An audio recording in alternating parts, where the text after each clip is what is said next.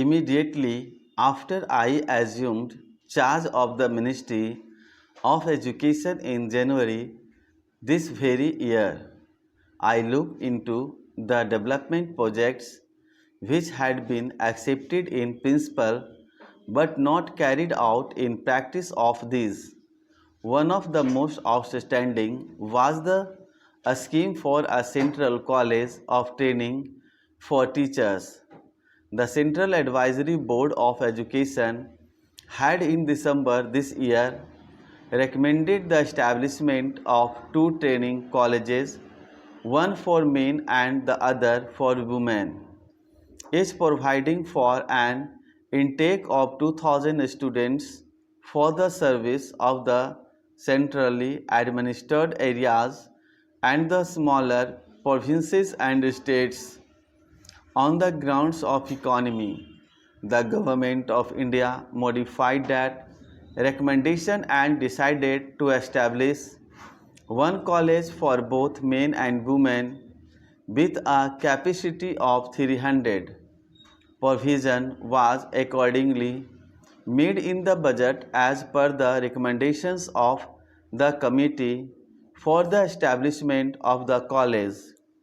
When I look office, I was therefore surprised to find that the whole program had been held up on the ground of shortage of building materials. I was aware of the difficulties in securing steel and cement and other equipment, and I would understand the delay in the implementation of the building program. I could not, however, understand why this led to a postponement of the entire scheme. Even if buildings were clicking, the institute could have been started in temporary structures on hired houses. But here, as in so many other cases, programs of educational development were held up on the ground of lack of accommodation. This undue stress upon buildings has always seemed to be an instance of confusing ends with means. Buildings are only a means of which the end is education, and yet it seemed me that many of our educational planners were so engrossed with building projects that they could not think of carrying on educational work in their absence.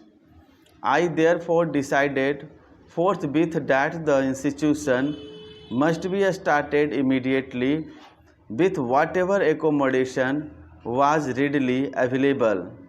The period was an exceedingly difficult, and all the attention of the government was concentrated first on the disturbances in the Punjab and later on the impending division of the country. Even then, a small house was secured in the Delhi University area in July this very year. I realized that this was not adequate for our needs now and the work of the institute in the future.